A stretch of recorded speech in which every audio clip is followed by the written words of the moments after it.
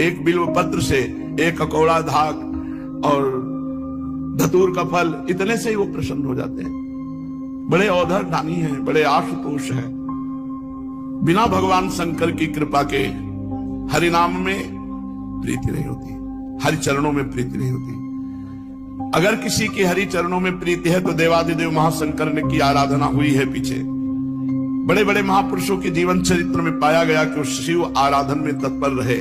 पूज्य राधा बाबा, नरसिंह मेहता जी, बड़े बड़े महापुरुषों को भगवान शंकर की कृपा से, हरि भक्ति की कृपा से धाम नाम में प्रेम, राधा नाम में प्रेम, राधा धाम में प्रेम। तो जिसको हरि नाम में प्रीति ना हो रही वो भगवान शंकर से प्रार्थना करे, भगवान शंकर की आराधना करे, निश्चित हरि नाम भक्ति उसके हृदय में जागृत हो जाएगी। अयोध्या वासियों से भगवान श्री राम बैठाल करके हाथ जोड़ के कहते हैं, और वो एक गुपुत मत सब ही कहो कर जोरी, शंकर भजन बिना नर भगति न पावई मोरी, जा पर कृपा न करही पुरारी, सो न पाव मुनि भगति हमारी।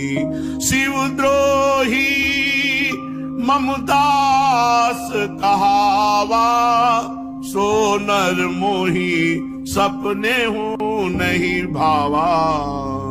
भगवान श्री राम जी के हे अयोध्यावासियों, में हाथ जोड़कर सबसे प्रार्थना करता हूं, एक अपने मन की गुप्त बात कहता हूं। भगवान शंकर के भजन के बिना कोई मेरी भक्ति नहीं प्राप्त कर सकता। अगर कोई भगवान शंकर से द्रोह करे और मेरा दास कहलाए तो स्वप्न में भी मुझे वो अच्छा नहीं लगता। जिस पर भगवान त्रिपुरारी महादेव जी की कृपा नहीं होती वो मेरी भक्ति को प्राप्त नहीं होता। इसलिए बाबा भी कह रहे हैं, यदि हरि भक्ति हरि नाम में प्रीति ना हो रही हो तो शंकर जी को एक लोटा जल चढ़ा दिया करो। रुपया, मान सम्मान, सफलता, विजय, स्वास्थ्य और आज्ञाकारी नौकर, सब कुछ मिल गया है तुम्हें, पर नाम जप नहीं तो सब बेकार हो जाएगा तुम्हारा। इसलिए तुम नाम जप करो, चाहे राम बोलो, चाहे हरि बोलो, चाहे कृष्ण बोलो, चाहे काली बोलो, चाहे दुर्गा बोलो, चाहे राधा बोलो, जो तुम्हें प्रिय होए खूब नाम जप करो।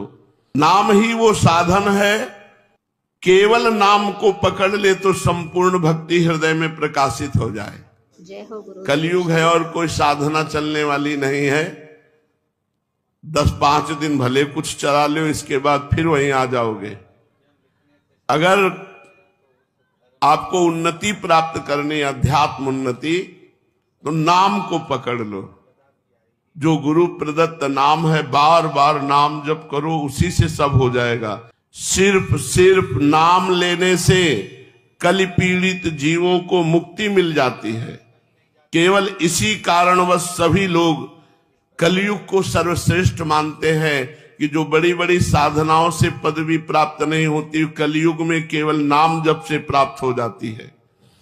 अन्य युग के बड़े बड़े महापुरुष कलयुग में जन्म लेने की इच्छा रखते हैं।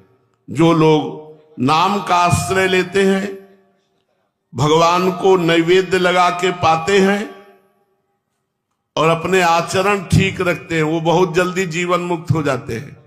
समझिए, जो लोग नाम जप करते हैं, भगवान को भोग लगा के ही प्रसाद पाते हैं, इतने से ही उनके आचरण तो पवित्र हो ही जाएंगे, क्योंकि आहार पवित्र और नाम जप है, बोले निश्चित भगवत प्राप्ति हो जाएगी। सीताराम दास जी महाराज कह रहे, बिना भगवान को भोग लगाए कुछ खाओ मती।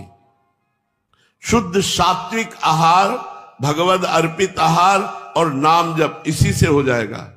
2 बातें, शुद्ध सात्विक भगवद अर्पित आहार और नाम जप, इससे आचरण भी पवित्र हो जाएंगे। क्योंकि जब आहार पवित्र है और नाम जप से बुद्धि पवित्र है तो सब पवित्र हो जाता है।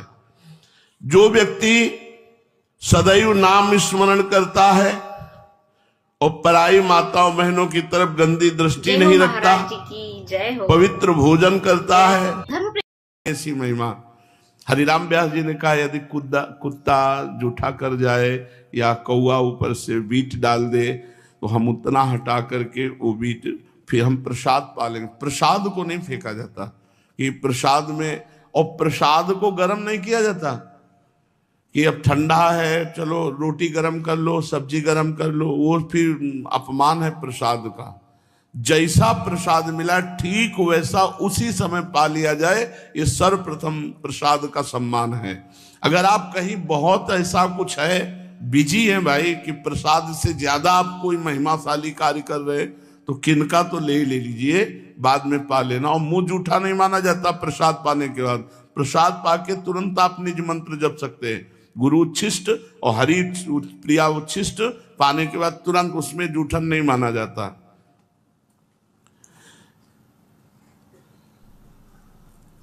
क्या गुरुदेव का जूठन अगर कोई अशुद्ध पुरुष छू ले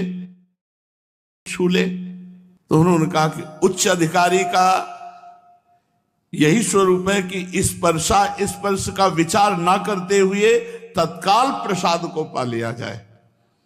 ये गुप्त बातें हैं शास्त्रों की, जो सुनने के बाद हमारे अंदर श्रद्धा परिपक्व हो जाती है।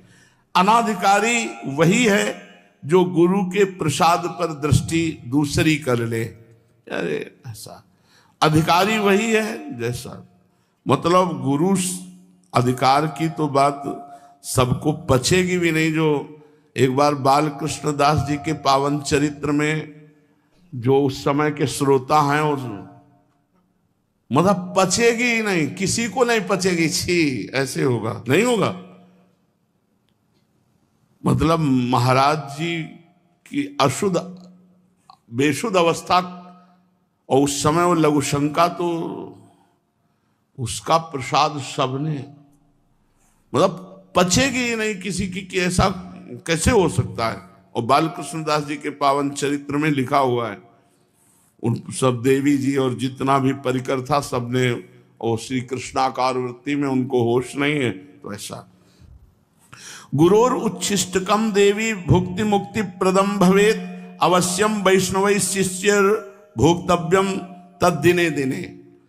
हे देवी, गुरु का उच्छिष्ट जो प्राप्त करता है रोज, तो उसे भोग ऐश्वर्य भी प्राप्त होता है और मोक्ष भी प्राप्त होता है। वो अहोभाग्य है उसके जिस वैष्णव को अपने गुरुदेव का रोज उच्छिष्ट प्राप्त होता हो। गुरोर उच्छिष्टम च देवेशी तत्सुतोच्छिष्टमेव च भोजनीयम न संदेहो विकारश्चेत अधोगति। जो गुरु का उच्छिष्ट प्राप्त हुआ और उसमें क्या है, बोले निश्चित दुर्गति को प्राप्त होगा। तवोच्छिष्टम महादेवी ब्रह्मादीनाम सुदुर्लभम। ब्रह्मादि के लिए भी गुरुदेव का उच्छिष्ट दुर्लभ है। गुरु उच्छिष्टम तथा प्रोक्तम महापूतम परात्परम। जो गुरु का उच्छिष्ट पाता परम पूत अर्थात परम पवित्र हो जाता है। गुरु रुचिस्केर यस्तु सर्वागमन लेपेत। अब देखो एक बड़ी महिमा की बात कह रहे हैं। गुरु का उच्छिष्ट पड़ा है, जहां गुरु ने पाया है वहां का ऐसे सब लेके अपने शरीर पर जो लेप करता है, ऐसे गुरोर उच्छिष्ट केर्यस्तु सर्वागमन लेपहित वज्रोपि तस्य गात्राणि न भिन्नति कदाचन। कोई भी भूत प्रेत पिशाच यक्ष राक्षस तंत्र मंत्र मारण मोहन वशीकरण उच्चाटन कुछ भी उसके शरीर को प्रभावित नहीं कर सकता जो गुरु का उच्छिष्ट लेप करता है। जहां गुरु ने प्रसाद पाया वहां ऐसे हाथ से सब करके जूठन सहित पूरे शरीर पर लेप करता है। गुरु उच्छिष्टम अपन्नम यो भक्षेत भक्ति भावतः अन्नपूर्णा जगत धात्री तस्य ऐश्वर्य प्रेक्षति। जो गुरुदेव के उच्छिष्ट को बड़े भाव से पाता है तो अन्नपूर्णा मैया उस पर बड़ी कृपा करती हैं और सदैव भंडारा भरे रहती है। हे परमेश्वरी, यदि कभी प्रसाद भक्षण में भ्रम हो जाए और प्रसाद का अपमान कर दे तो करोड़ कल्प तक उसका उद्धार नहीं हो सकता। जो गुरु की अवहेलना करके उनके उच्छिष्ट का अनादर कर देता, कदम कदम पर विपत्तियां उसको घेर लेती हैं, उसको नष्ट कर देती है। गुरु की आज्ञा का पालन, अब उच्छिष्ट के बाद गुरु की आज्ञा का पालन करना ही सर्वशास्त्रों का परम रहस्य है। गुरु आज्ञा का कभी उल्लंघन न करे और न उनकी बात का कभी खंडन करके अपनी बुद्धि लगाकर उत्तर दे। दास की तरह दिन रात उनकी आज्ञा का पालन करे। न शृणुयाद गुरो वाक्यम शृणुयाद्वा परांगमुखा अहितम वा हितम वापि रौरवम नरकम ब्रजेत। जो गुरु की आज्ञा का उल्लंघन करके अपनी मनमानी आचरण करता है उसको रौरव नरक की प्राप्ति होती है। आज्ञा भंगम गुरुर्देवी या करोति सा मूढ़धि प्रयाति नरकम घोरम सुकरत्व मापनुयात। जो गुरु आज्ञा का उल्लंघन करता है वो सूकर कुकर योनि को प्राप्त होता है। वृथा धर्म वृथा आश्चर्यम वृथा दीक्षा वृथा तपहा। उसका तपस्या बेकार, उसकी दीक्षा बेकार, उसका आचरण बेकार, उसका धर्म बेकार, जो गुरु की आज्ञा का उल्लंघन कर देता है। निर्गतम यद गुरुर वक्तात् सर्वशास्त्रम तदुच्चेत गुरु कार्ये स्वयं शक्तो ना परम पेर ये तेप्ये। गुरु के मुख कमल से जो शब्द निकला वही हमारे लिए शास्त्र है। गुरु का जो आदेश हुआ वही कार्य हमारे लिए धर्म है। गुरु की प्रेरणा ही हमारे लिए सब कुछ है। हम कुछ उसमें विचार नहीं करते। यदि गुरुदेव अन्यायपूर्ण आज्ञा करें तो बाबा शिष्य को बिना विचार किए उसका पालन कर लेना चाहिए। अपि तत्रम विरुद्धम वा गुरुणा कथ्यते यदि तत्समंतम भवेद वेद महारुद्र वचो यथा। ये शास्त्र सम्मत बात कह रहे, कोई मनगढ़ंत बात बाबा नहीं कह रहे। इसीलिए श्लोक भी लिखा हुआ है। अगर गुरु की आज्ञा का निर्विकार भाव से पालन कर रहा है शिष्य, गुरु जी ने क्या बोल दिया, विकार नहीं आना चाहिए, वैसे ही सहर्ष, तो वो गुरु कृपा का लाभ उसको प्राप्त होगा जो किसी साधना से नहीं प्राप्त होता। समर्थ गुरु रामदास जी महाराज के बहुत से शिष्य थे। शिष्य जहां बहुत होते तो ईर्ष्या भी हो जाती कि गुरुदेव उनको ज्यादा प्यार करते हैं, हमको नहीं प्यार करते। धीरे धीरे सब शिष्यों में कोई एक होता है जो पूर्ण प्राण समर्पित होता है। एक होता है, कोई बिरला ही होता है जो ऐसे, उन बिरलों में से हजारों थोड़ी होते हैं। तो ईर्ष्या बढ़नी शुरू हो गई जो उनकी शरीर सेवा में रहते थे कि क्या हम शिष्य नहीं, हमको कभी सेवा का आदेश नहीं होता, ऐसा वैसा, बड़ा प्यार करते हैं। तो समर्थ गुरु रामदास जी ने एक दिन लीला करी, टांग पे फोड़े का नाटक किया और भारी पट्टी बंधवा के कराहने लगे, बहुत दर्द है। अब सब शिष्य परिकर को बुला, बहुत दर्द है। वैद्य बुलाए, नहीं इसकी दवा तो हम जानते हैं, फोड़े का मुंह यहाँ है, अगर पूरा मवाद पी जाए कोई तो अभी हम ठीक हो जाएंगे। मवाद लघु शंका लगी, गुरुदेव मवाद कौन गुरुदेव का पिएगा। सब धीरे धीरे सकिलने लगे, पीछे बातचीत करते हुए पीछे हटते। और समर्थ गुरु की सब पे दृष्टि, केवल वही रह गए जो शरीर। सब शिष्यों को बुलवाया, फिर दोबारा किया, लघु शंका हो गई हो तो आ जाओ। बोले देखो ये पीने के लिए तैयार है। तो बोले पट्टी उठाई, बोले ये है मुंह फोड़े का। कहा गुरुदेव, और जो भी पिया तो बस पीते चले गए, इतना मीठा पीते चले गए पूरा। और जब पी चुके तो पूरी पट्टी हटाई और देखा तो गुठली और छिलका रस सब पी गए थे। आम था, लंगड़ा आम लंगड़ा आम बांधे हुए थे। बोले गुरुदेव ऐसा तो रोज पिलाया करो तो आनंद हो जाए।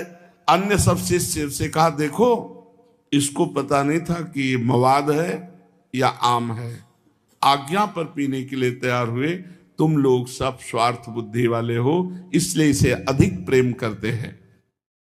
फेस वॉश में जब तक प्राण और धन, सकल समर्पण प्राण धन, तब तक वास्तविक शिष्यता नहीं आती। श्री शिवाजी समर्थ गुरु रामदास जी के प्रिय शिष्यों में हैं। जब ये शिष्य बनने के लिए गए तो इन्होंने कहा प्रभु मैं आपके चरणों का दास बनना चाहता हूँ, शिष्य बनना चाहता हूँ।